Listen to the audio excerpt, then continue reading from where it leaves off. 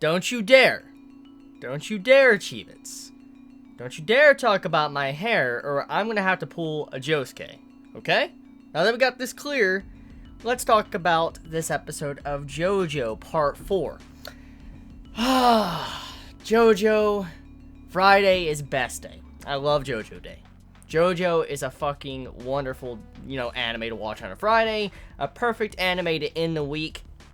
I know there's a bunch of you Chibits that probably go to work, go to school and stuff, and, you get off of school or something, and you get to sit down and watch JoJo. It's just a perfect way to begin a day after, you're done with your daily school life or week life when you're going to work or whatever. It's a perfect anime to watch. And JoJo Part 4, the next episode, Episode 4 of Part 4 is here.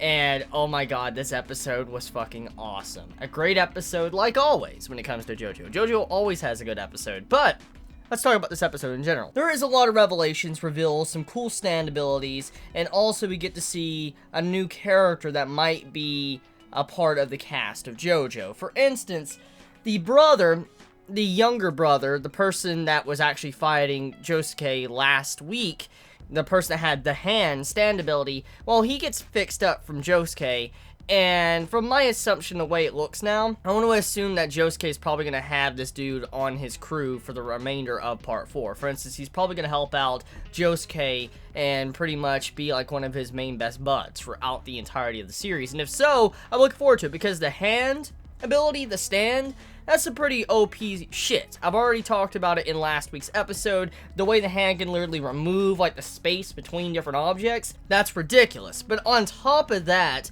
if this character does become a reoccurring character and is going to be helping out Josuke, I'm looking forward to it, because I love his personality. I've always liked personalities and characters like him, and if he's going to be a reoccurring character, that's very good. I like to see him added to the cast, because he is actually featured in the opening song, if I am correct.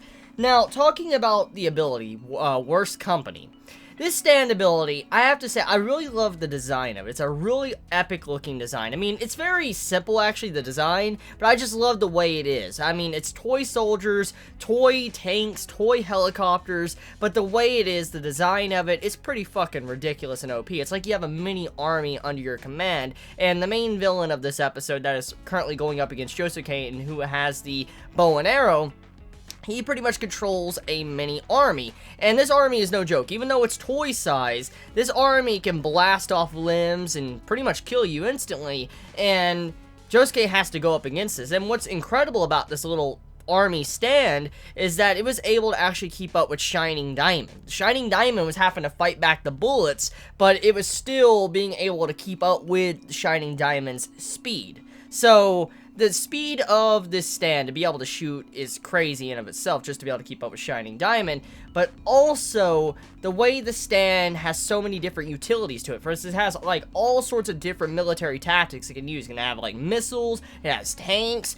helicopters, I mean, all sorts of different shit. Who's to say that it doesn't have other type of military equipment? I mean, you have landmines that we get to see, so this stand is pretty much a mini military, and I'm curious exactly how far this stand could go, because I wonder if the stand could actually eventually maybe get like a mini nuke or something. I mean, hey, we don't know the actual limits of this stand ability, we just know there's like toys and stuff, but I wonder if, since we saw landmines, since we saw like missiles and stuff from helicopters, I wonder if there's like any, way he can make like a slight mini nuke or something. I'm curious about that. But getting off of that though, I gotta say, there's one thing about this episode that made me remember something about Part 3 JoJo, Stardust Crusaders. And that was what happened to Jotaro and his stand evolving. For instance, being able to time stop. And this was a discussion I had a while back when I was watching Part 3 of JoJo about how stands, is it possible stands could actually evolve and get stronger and stronger? Because we were seeing that through Dio, and we were also seeing it through Star Platinum. We were actually seeing stands evolve and get stronger. And I'm curious if Josuke's stand can also evolve. Like, this is a topic that hasn't really ever been answered before in the series of JoJo yet, from what I've watched from you know, the series. And I'm curious if JoJo's stand will evolve to the point to where he can maybe heal himself. Because I know the reason why Josuke, he can't heal himself is actually in a way to add some threat to the series. For instance, Josuke could always die. If he gets injured, he can't heal himself and fix everything. But I wonder if his stand might get to the point to where it could get stronger or heal faster. Maybe he doesn't have to necessarily touch a person to be able to heal them. I mean, I'm curious if his stand will evolve. That's the big thing, the big question I have. Because I was remembering that in this episode, when I was watching it, when Josuke got injured, his hand was hurt, I thought back to Star Platinum and how, you know, Jotaro, his stand evolved to be able to time stop. I wonder if, you know, Shining Diamond will evolve.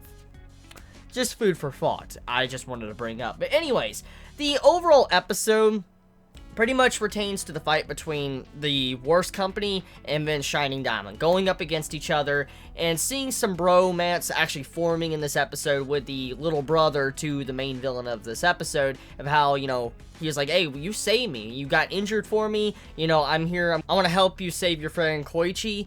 And speaking of Koichi, let's actually discuss how he got a stand. This is something I want to discuss because it wasn't actually revealed what type of stand he has. It just showed a fucking big-ass egg. And I'm like, okay, so what type of fucking stand is this? Because, I mean, since this bow and arrow could give different people now that are not born with a stand, it can add some very bizarre type of powers to the mix. And so I'm curious, like, what does this stand do? Is it going to hatch into something devastating? I mean, is there a limiter, like a timer on it, until it hatches out and becomes something strong? I mean, we don't necessarily get to see exactly what this stand is, and I'm curious, because it was cracking. The egg was cracking when it came out, like the stand, but whatever it is, I'm willing to bet it's going to be probably powerful or something very unique, because the character overall, the way Koichi is kind of designed, he seems kind of like a character that might be a little bit of a weak character, but I feel like he's probably going to be a powerhouse in the future, probably someone that's going to build up some self-confidence and also be someone that can really help out Josuke in